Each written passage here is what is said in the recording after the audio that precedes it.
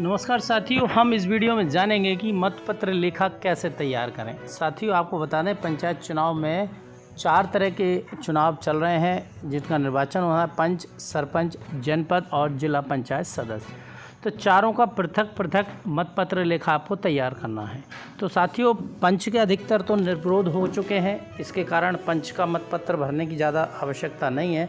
तो हम आपको एक उदाहरण के रूप में बता देते हैं कि सरपंच या जनपद या ज़िले में किस तरह का मतपत्र आपको भरना है, जिससे कि आपको सामग्री जमा करते समय कोई परेशानी ना आए, क्योंकि ये निर्वाचन का सबसे महत्वपूर्ण प्रपत्र है, दस्तावेज है। इसके बगैर सामग्री जमा नहीं होती यदि इसमें त्रुटि होती है।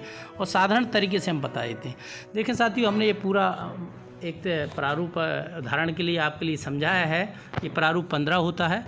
तो साथियों, मान लेते हैं कि आपके यहाँ चारों की जगह 3 चुनाव हैं, या चारों ही मान लेते हैं। उसमें से हम एक आपको भरना बता देते हैं कि हम बताते हैं आपको जनपद का, कि जनपद में यदि आपको उसी तरीके का आपको ज़िले का भरना, उसी तरह का सरपंच का भरना, सभी तरह का।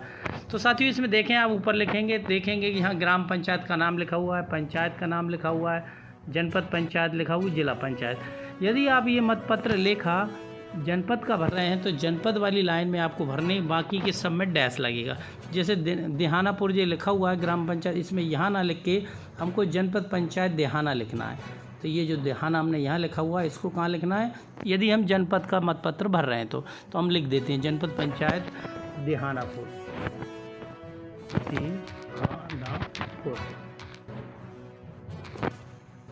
ये हमने लिख दिया। जनपद का भर रहे हैं इसलिए जनपद वाली लाइन में लिख दिया। और ये जो ग्राम पंचायत में लिखा हुआ था इसको हटा देंगे, नहीं तो ये सरपंच का मतपेता की लाइन में चला जाएगा।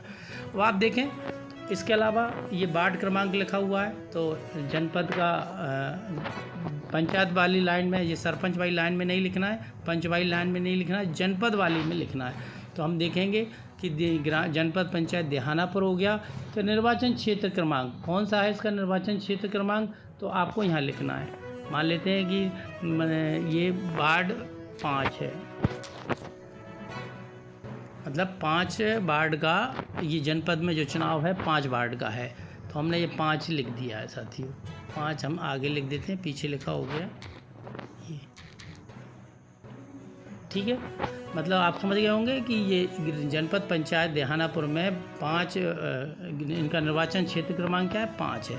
यदि हम जिले का भरते तो लास्ट वाला कॉलम है जिला पंचायत वाला, उसमें भरते। देखें, ये मतदान केंद्र का क्रमांक लिख दिया और यहाँ जो नाम लिख दिया, कौन सा मतदान केंद्र आपको मिला है, ये हो गया। और खंड, जो भी आप खंड हो, गुना लिख दिया हमने, आप जिस खंड से हैं उस खंड के। अब महत्वपूर्ण बात अब आती है साथियों, ये लिखें, लिखा हुआ है पीटर सिंह अधिकारी द्वारा प्राप्त मतपत्रों की संख्या। जब आपको सामग्री मिली होगी साथियों, तो आपको मतपत्र मिले होंगे पृथक पृथक। पंच के अलग मिलेंगे यदि पंच का होगा, सरपंच के अलग मिलेंगे, जनपद के और ज़िले के। तो हमने चूँकि ये जनपद का उदाहरण लेके कर रहे हैं तो हम देख लें। चूँकि साथियों इसमें एक है कि ये क्रमांक 180-371 से लेकर 180-920 तक 550 मतपत्र इनको दिए गए जनपद के लिए। मतलब है, इनकी वोटिंग हम मान लेते हैं 450 के आसपास थी और इनको 550 दिए गए हैं। मतलब जितनी आपके यहाँ पर कुल मतदाता होंगे उससे ज़्यादा बढ़ के ही आपको ये मतपत्र दिए जाएंगे। तो ये क्रम लिख दो आप, जो भी मतपत्र आपको मिले उनका प्रारंभिक मतपत्र का क्रमांक लिखें और अंतिम लिख दें, और उसकी टोटल संख्या कितनी है वो लिख दें। ये आपको भरनी है, पीटर सिंह अधिकारी को भरनी है। इसके बाद दूसरा कॉलम है साथियों के उपयोग में नहीं लाए गए मतों की संख्या। अब आपने चुनाव करा दिया, आपने चुनाव कराने के दौरान देखा कि कुछ मतपत्र बच गए हैं, मतलब पूरे उपयोग में नहीं आए। तो कौन कौन से उपयोग में नहीं आए? तो हम उसका सरल क्रमांक लिख देंगे कि ये, जैसे हमने लिखा है कि 180-781 से लेकर 180-1919 तक के इन मतपत्रों का उपयोग नहीं हुआ, किसी भी तरह का उपयोग नहीं हुआ। तो 139 ये मतपत्र बच गए। अब आप देखें कि 550 आपको मिले, उसमें से 139 बच गए। तो कहने का मतलब है, तो आपके कितने वोटिंग हुई, वो वाली भी लाइन है लास्ट में, देख लेते हैं। देखें, मतदान केंद्र पर उपयोग में लाए गए मतों की संख्या। तो मतदान केंद्र पर कौन कौन से उपयोग में लाए गए? तो आप देखें 180-371 से लेकर 180-780 तक, और एक और लास्ट में दिया हुआ 120, 180-920, ये भी उपयोग में लाए गए। इस तरीके से 550 में से आपने ये 410 हो गए, एक नीचे वाला हो गया 411 मतपत्रों का उपयोग किया। उपयोग किया है 411 का, मिले कितने थे आपको 550, बच कितने गए 139। क्लियर है, ये स्पष्ट हो गया। आप इसमें से माइनस भी करेंगे 550 में से 139 तो कितना आएगा, ये 411 आएगा। तो ये डाटा हमारा 3 लाइन बिल्कुल कंप्लीट हो गई। अब बात करते हैं आगे कि मतदान केंद्र में उपयोग में तो लाए गए किंतु मत पेटी में नहीं डाले गए मतों की संख्या। मतलब आपने उपयोग तो किया मतदान केंद्र, यहाँ पर आपको परेशानी आती है, लोग यहीं पर भूल जाते हैं। हम आपको बता देते हैं तो थोड़ा सा, जो भी आपको मतपत्र मिले मुद्रण या लेखन की त्रुटि के कारण रद्द किए मतपत्रों की संख्या, मतों की संख्या कितनी है यहाँ 2।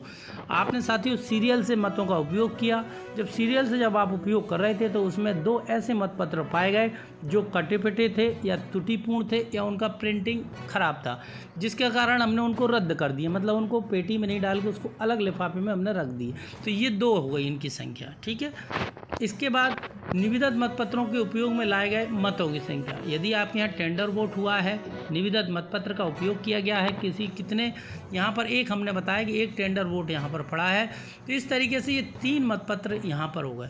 साथियों ये 3 मतपत्र कौन से होंगे मैं आपको स्पष्ट कर दूँ। ये 3 मतपत्र वो हैं जिनका उपयोग तो किया गया मतदान केंद्र पर परंतु पेटी में नहीं डाले गए। क्यों?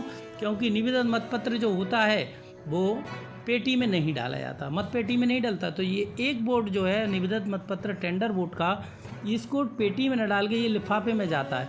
तो ये एक तो ये टेंडर वोट नहीं गया, जो आपने मतों का उपयोग किया उसमें से एक टेंडर वोट का उपयोग मत पेटी में नहीं हुआ, लिफाफे में गया।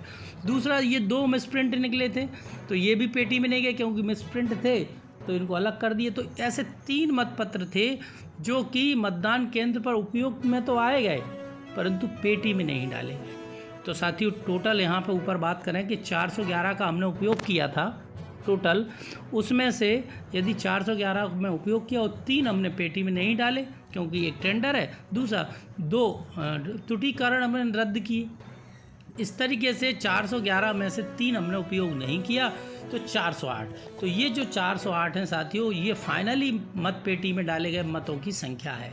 मतलब ये फाइनली मत पेटी में पाए गए हैं, उनकी संख्या कितनी है 411। तो स्पष्ट है। और इसके बाद आप अपने पीटर सिंह अधिकारी के साइन कर दें, तारीख लिख दें, दिनांक लिख दें, नाम लिख दें और ये मतपत्र लेखा आपका तैयार हो जाता है। मान लेते हैं टेंडर वोट नहीं होता है, एक बार मान लेते हैं कि टेंडर वोट नहीं है, तो साथियों यहाँ पर जो प्लस किया गया है ये टेंडर वोट का ही है, हम इसको हटा देंगे तो 410 होगा और 410 होगा तो यहाँ से भी टेंडर वोट हटा देंगे एक, तो यहाँ भी 2 होगा, 410 में से 2 माइनस करेंगे तो फिर 408 ही आएगा। कुल मिला के आपका टेंडर वोट होता है तो ध्यान रखें टेंडर वोट का उपयोग मतपेटी में नहीं करना है, उसको लिफाफे में रखकर जमा होता है और ये मतपत्र का जो लिफाफा होता है बिल्कुल सील बंद करके ही आपको जमा करना है। आप वहीं से ही अपने केंद्र से इसको मतपत्र लेखा को बंद करके लाएं और उसके लिफाफे के अंदर रख दें और इसका विवरण भी पीटर सिंह की जो डायरी मिलेगी उसके अंत में मतपत्र लेखा का विवरण है, उसमें उसका पूरी डिटेल आती है कि मतदाता का क्या नाम था, उसका मतदाता सूची में उसका क्रमांक क्या है, ये डिटेल भरकर लिफाफे में आपको भरना है। एक तो मतपत्र रखना है, दूसरा उसका विवरण रखना है। उम्मीद करते हैं मतपत्र लेखा की सारी जानकारी आप तक पहुंच गई होगी और आपको मतपत्र लेखा भरने में परेशानी ना, ये पृथक पृथक भरना है। हमने जनपद का बताया, ऐसे ही आपको सरपंच का भी सेम टू सेम भरना है और ऐसे ही जिले का भरना है। 2-2 प्रति में आपको भरना है और इसको प्रारूप 15 के अंदर इसको रखना है और आपको सरल तरीके से जमा करना है। इसके बगैर आपकी सामग्री जमा नहीं होगी, जो सबसे महत्वपूर्ण दस्तावेज है निर्वाचन की प्रक्रिया का। इससे संबंधित आपका कोई सवाल हो, प्रश्न हो तो आप कमेंट बॉक्स में लिखें, आपके तमाम सवालों का जवाब देने का हम